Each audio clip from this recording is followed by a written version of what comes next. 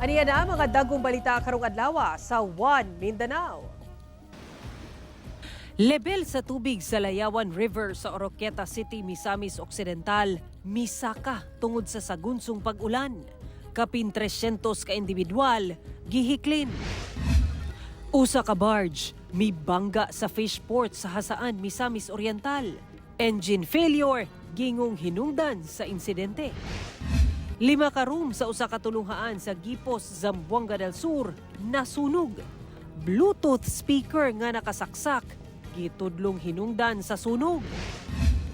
Nagsugod na ang pagpangapud-apud sa Davao City LGU ug financial assistance sa mga lugar sa Luzon nga naigo sa bagyong Christine.